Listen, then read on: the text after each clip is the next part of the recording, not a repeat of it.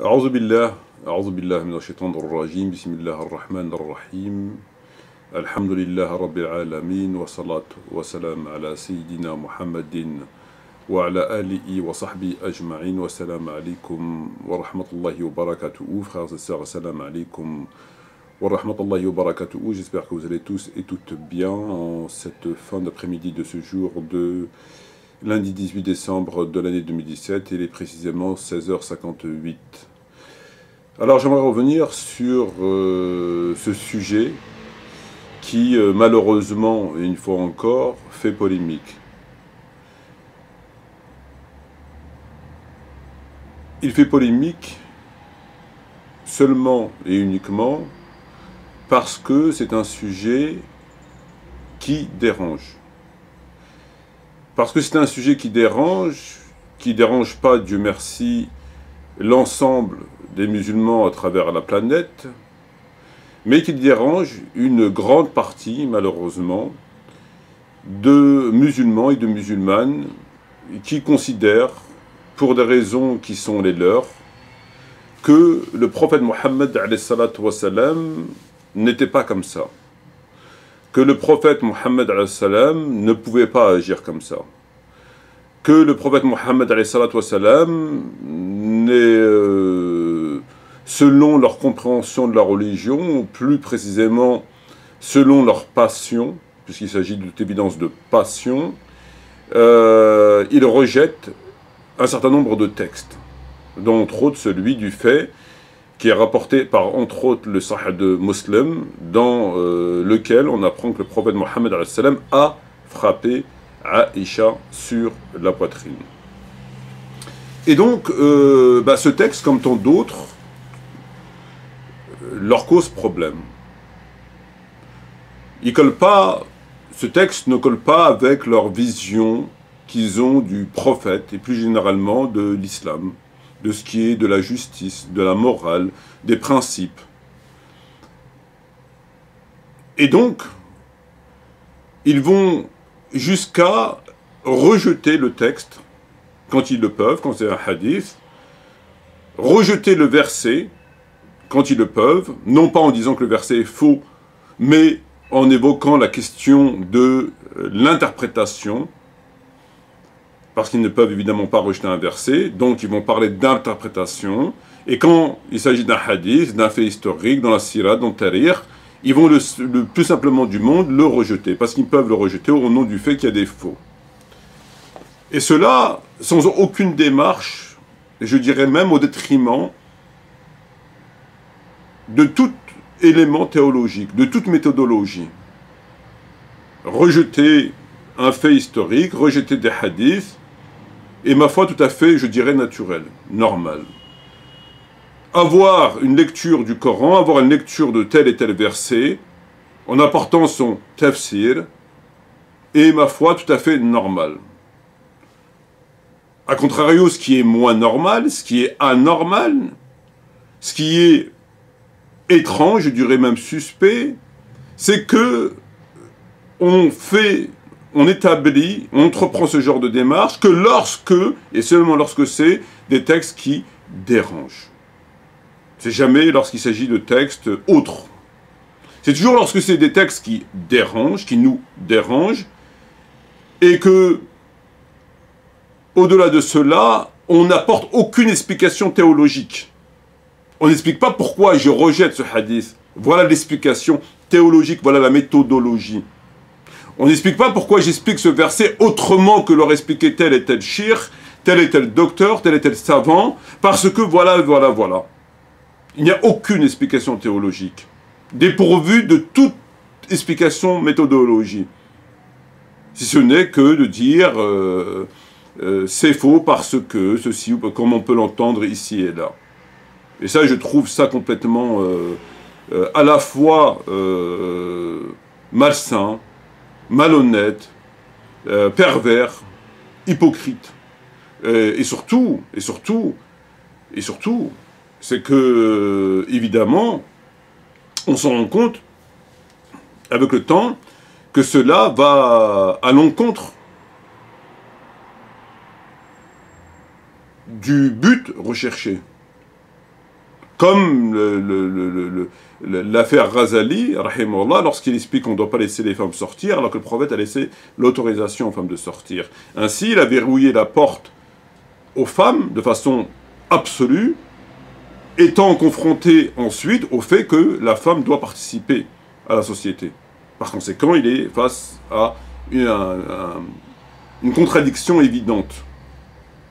Et concernant cette question de frapper, les gens qui font, comme Ghazali, qui font dire au prophète ce qu'il n'a pas dit, qui font dire au texte ce qu'ils ne disent pas, ils finissent finalement eux-mêmes par se retrouver dans cette même situation. C'est qu'il y a un moment donné où ils sont confrontés à des vérités, à des situations qu'ils ne peuvent pas contester, et donc ils se retrouvent dans la même situation que Ghazali et que tant d'autres. Parce que ils veulent faire dire au texte ce que le texte ne dit pas.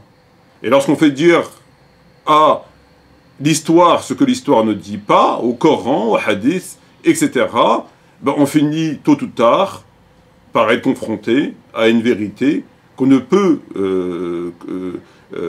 contredire, qu'on ne peut contourner, à laquelle on ne peut s'opposer, et qui finalement vient nous dire, nous taper sur l'épaule en nous disant que c'est pas par là, c'est de l'autre côté. Voilà. Ben, en même temps, ils ne sont pas à ça près. Le problème, c'est qu'ils ne sont pas à ça près. Il y a tellement de dégâts qui sont faits ici et là que, bon, manifestement, ça reste un détail parmi tant de détails. Voilà. Encore faudrait-il avoir une conscience, une crainte et tout à fait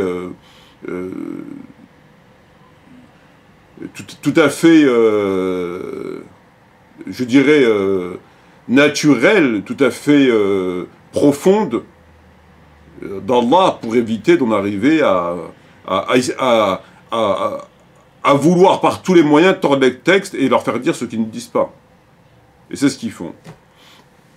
Et ainsi, on a vu très récemment, entre autres, malheureusement, le frère Karim El-Hanifi, qui a fait une vidéo dans laquelle il explique que le prophète finalement n'a pas frappé Aïcha, en apportant un certain nombre d'explications. J'ai eu l'occasion d'appeler le frère Karim et de discuter avec lui au téléphone pour lui expliquer qu'il se trompe. Et donc je lui donnais tous les éléments comme j'ai donné à d'autres personnes. Mais manifestement, ça ne change rien.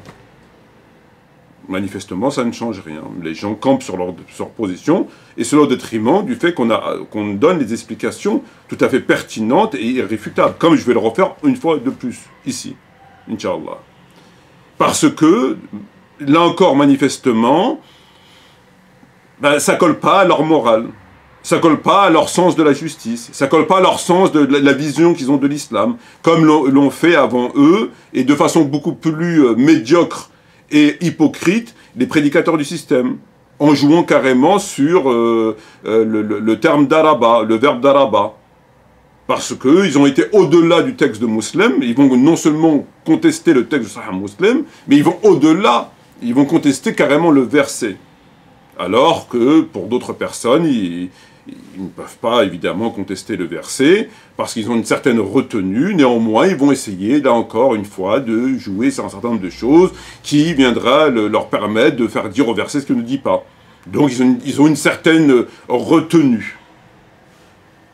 Alors que les autres, ayant piétiné tout ce qu'ils pouvaient piétiner dans le Coran, tout ce qu'ils pouvaient piétiner dans la Sunna, hein, ils piétinent tout ce qui entrave leur marche vers leurs intérêts tout à fait personnels. Eux, ils ont été carrément faire dire au Coran ce qu'il ne dit pas. Alors le verbe d'Araba, c'est pas d'Araba. Ça voudrait dire autre chose que frapper. Parce que, par ailleurs, dans le Coran, ce verbe est utilisé pour autre chose. Alors, ils ont mis autre chose, ils ont commencé à faire... enfin, ça ferait rire un bourricot, quoi, je veux dire. C'est tellement ridicule, c'est tellement... je veux dire, il y a un moment donné, même mentir, il faut encore savoir mentir. Il y a un minimum, donc lorsqu'on enlève, enfin, et qu'on vient essayer de mettre un autre terme, et qu'on voit bien que le verset n'a plus de sens, enfin, il y a un moment donné, il faut, voilà, c'est comme, ils vont jusqu'à jouer sur la définition des mots, c'est quand même, on en arrive à une situation, mais c'est un tremblement de terre, quoi. Mentir, on peut mentir involontairement, mais c'est quand même hallucinant, quoi. parce que ça les dérange, parce que, voilà. Donc, je veux dire, tenir ce genre de propos face à des gens... c'est quand même hallucinant. Alors, j'ose espérer qu'ils tiennent ce genre de propos que dans un cercle assez relativement restreint, qui n'oseraient pas aller discuter avec des gens, ma foi, somme toute, des Blancs normalement constitués, des Arabes normalement constitués, des Maghrébins normalement constitués, des musulmans normalement constitués. Parce que là, il y a outrage à magistrat. Alors, on nous explique que, finalement, le prophète n'aurait jamais tapé Aïcha, radiallahu anha. Une argumentation affligeante. Affligeante. L'histoire de Aïcha, narrée par elle-même, rapportée, entre autres, par le Sahih de Muslim, un long texte qui vient nous expliquer, qui se termine par les propos qui nous disent, Aïcha elle-même dit, je la cite, il me donna une traduit, j'avais oublié, ils vont jusqu'à se permettre de traduire le texte, là encore une fois, c'est quand même incroyable. C'est-à-dire que tous les moyens sont bons pour faire dire au texte ce qu'il ne dit pas. Alors, comme je vous ai expliqué, les prédicateurs vont carrément falsifier le Coran oralement, d'autres le font de cette manière, d'autres le font de cette manière, et vous prenez la traduction, ils ont traduit le texte par « il me donna une tape sur la poitrine, une tape, qui me fit mal ». Puis s'exclama « as-tu pensé qu'Allah et son messager auraient été injustes envers toi, ô Aïcha ?» Une tape qui me fait mal. Alors la définition de tape, ma foi, une tape, normalement, ça fait pas mal, à part d'être extrêmement fragile ou d'être un enfant. Hein, on met une tape sur la main d'un enfant, on ne tape pas un enfant. C'est comme lorsque Omar ibn Khattab il tape Abu Huraira, ils vous disent que Nawawi vous explique qu'il ne l'a pas tapé, il n'a pas voulu lui faire mal. Finalement, il aurait glissé sur une peau de banane. Il aurait mis juste une tape et puis il est tombé tout seul. Peut-être voulait-il avoir des dommages et intérêts auprès du prophète. Voilà où on en est. C'est-à-dire qu'on a un texte qui est clair et tous les moyens sont bons, chacun selon son intérêt. Alors Nawawi, c'est l'intérêt des compagnons. Alors c'est pour ça qu'il vient vous dire qu'il n'a pas voulu, il ne l'a pas tapé, hein, il a glissé, hein, on peut dire ça comme ça. Il ne l'a pas tapé. Simplement, l'autre était fragile et il est tombé par terre. Évidemment. Parce que, voilà, là, pour lui, c'est le compagnon. Et d'autres, c'est le statut de la femme. Et donc là, on vous dit, il me donnait une tape. La hadani a été traduit par une tape. Or, Aïcha dit, qui est sur la poitrine, qui me fit mal, qui me fait souffrir, qui est occasionnelle de la douleur. Donc une tape n'est pas, encore une fois, le sens des mots, voyons. Donc ça a été traduit comme ça. Parce que le traducteur va aussi dans le même sens. Ça les dérange. Mais si ça vous dérange autant, changez de religion. Si ça vous dérange autant que le prophète a fait assassiner des gens, a fait tuer des gens, a donné l'ordre de tuer des gens, a fait exécuter des gens, mentionné dans Bukhari, dans Muslim, dans tous les livres d'histoire, reconnu par l'intégralité des savants, changez de religion. Si le prophète a ordonné des exécutions, mais ça ne vous plaît pas changer de religion? Il n'y a personne qui vous oblige à rester. Soyez protestant, soyez témoin de Jéhovah. C'est aussi simple que ça. Pourquoi vous sentez-vous obligé de rester dans l'islam pour faire dire au Coran ce qu'il ne dit pas, pour faire dire au prophète ce qu'il ne dit pas, pour avoir une image du prophète qui ne vous plaît pas et vouloir à tout prix la modifier, cette image? Soumettez-vous ou quittez l'islam. Devenez protestant, témoin de Jéhovah. Je veux dire, il y a un Dieu pour tout le monde. Il y a un Dieu pour tout le monde. Créez-vous votre propre divinité, votre propre prophète. Soyez vous-même votre propre prophète. Soyez vous-même votre propre religion. Alors elle dit, la hadani, voilà, il lui a mis un coup sur la poitrine, la hadani, elle a eu mal.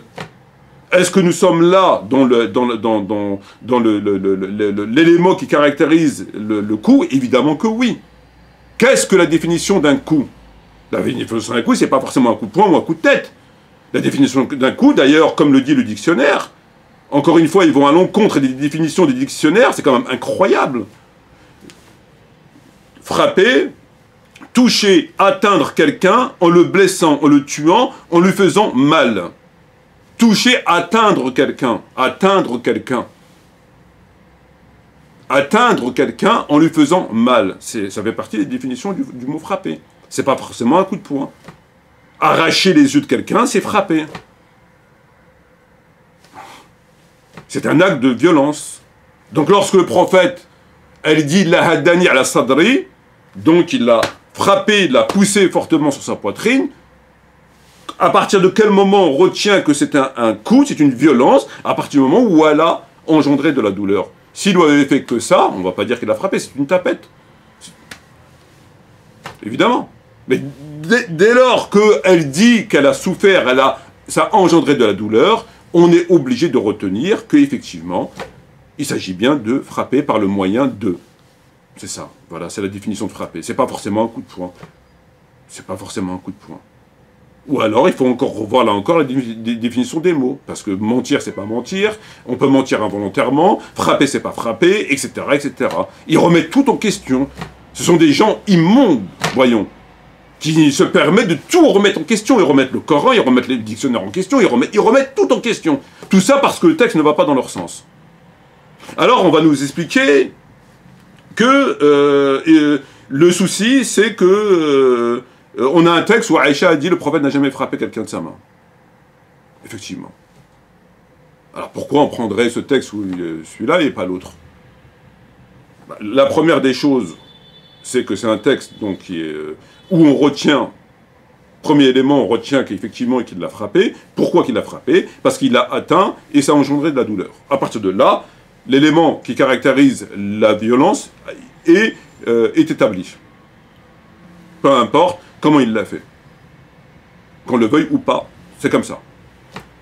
Premier point. Deuxième point, c'est un texte qui est rapporté par Sahih Muslim. C'est pas un texte qui est rapporté par un rapporteur qui, lui aussi, le texte lui serait tombé un bon matin d'automne sur la tête et qu'il a décidé de l'inventer et puis personne ne connaît ce texte-là. Là, on est dans le Sahih Muslim. C'est quand même pas n'importe qui. Bon. Selon eux, surtout. Et finalement, on a un texte, par rapport au texte de Aïcha, qui est circonstancié. Le texte, il est circonstancié. On a toute une histoire. Elle raconte toute une histoire. Alors que le texte n'est pas circonstancié. Et le fait que le texte soit circonstancié lui donne une envergure, évidemment, qui le porte à davantage de crédibilité qu'un texte non circonstancié. Donc, il y a trois éléments qui viennent nous dire que les choses sont établies. Premier élément, est-ce qu'il s'agit de violence et de frapper? Oui. Pourquoi oui? Parce que frapper, c'est aussi toucher quelqu'un à partir du moment où ça engendre de la violence. Est-ce que c'est le cas? Oui. Elle le dit elle-même. La hadani ala sadri. Et il m'a fait mal. Premier point. Deuxième point, c'est un Sahih Muslim. Troisième point, c'est un texte qui est circonstancié. À partir de là, le débat il est clos. À partir de là, le débat il est clos. D'ailleurs, le Omar ibn Khattab frappait ses épouses. C'est bien connu. Il y a d'ailleurs, j'ai trouvé un texte dans Bukhari Muslim, je ne m'en souviens plus, où une femme d'un compagnon est partie voir le prophète et elle a dit « Je crains que mon mari me frappe et peux-tu me faire déménager ?» Et le prophète, il l'a fait déménager. Il l'a carrément fait déménager. Parce qu'elle savait que son mari était violent. Etc., etc. Il frappait aussi bien les femmes qu'il frappait aussi les hommes. Omar ibn Khattab frappait aussi les hommes. Il a tapé Othman à plusieurs reprises, avant qu'il soit calife. Il a tapé Abu Huraira, etc., etc. Où est le problème? Et d'ailleurs, par ailleurs, c'est autorisé dans le Coran, comme tout le monde connaît, Sourate 4, verset 34.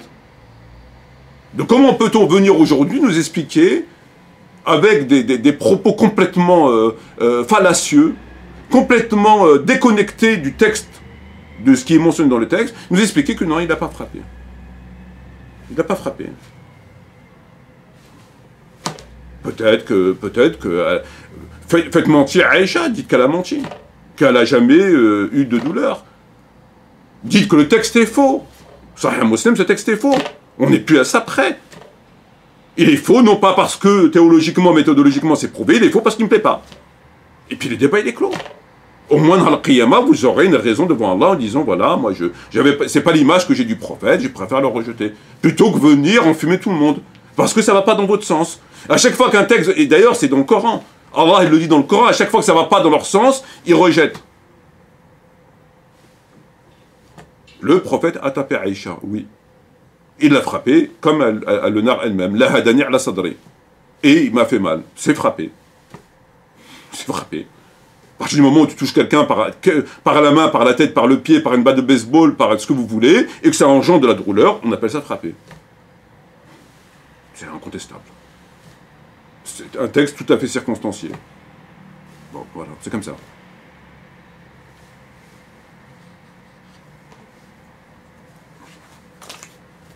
Mais ça n'arrête pas. À chaque fois qu'il y a l'expansion de l'islam, c'est pas l'expansion de l'islam. Le djihad, c'est pas le djihad. Frapper, c'est pas frapper. Enfin, c'est quand même hallucinant. Ils suivent leur passion. Si vous n'êtes pas d'accord avec un texte, dites « je ne veux pas ce texte-là parce qu'il ne me plaît pas », c'est clair.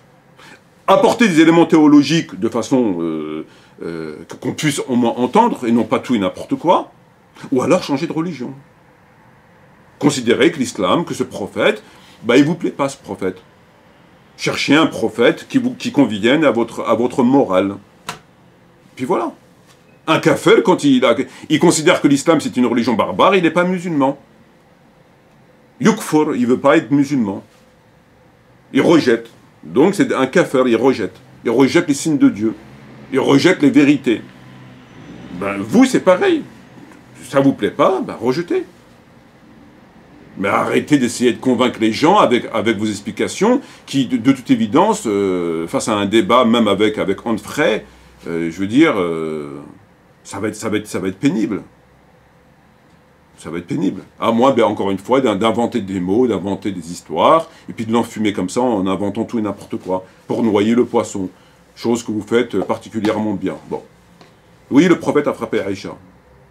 Et alors? Ça cause un problème. Oui, le prophète a fait exécuter des gens. Et alors? Oui, le prophète était un combattant. Oui. Et alors? Et alors? Oui, le prophète n'aimait pas les koufars. Et alors? Oui, le prophète n'aimait pas les hypocrites. Oui, le prophète a fait appliquer la sourate 9, verset 29 de Jizya. Oui, oui, oui, oui, oui, oui. Reconnu unanimement par les savants. Où est le problème? Ça vous convient pas? Bah, changez de religion. C'est tout. Ou apporter une explication théologique qui s'entende. Mais ça, c'est pas possible. Parce que ça n'existe pas. Voilà. J'aurais aimé que ce soit quelqu'un d'autre qui fasse cette vidéo pour répondre à ces choubouhats, mais malheureusement, vraisemblablement, ils ont autre chose à faire. Tariq Ramadan, les viols, on n'a pas vu de vidéo, etc. Là, on ne voit pas. A contrario, lorsqu'il s'agit de taper sur des... Là, on voit... Bon, ma foi. Si on en est là où on en est aujourd'hui, c'est qu'il y a une raison. Je veux dire, c'est pas Dieu qui a donné aux moyens aux kuffars pour humilier les musulmans. Donc si aujourd'hui les musulmans sont humiliés, c'est qu'ils sont là où ils doivent être. C'est des mathématiques, là, encore une fois. Donc tout va dans le sens des mathématiques. Sur ce, je vous remercie. Wassalamu alaikum wa rahmatullahi wa barakatuh, et bientôt, Inch'Allah.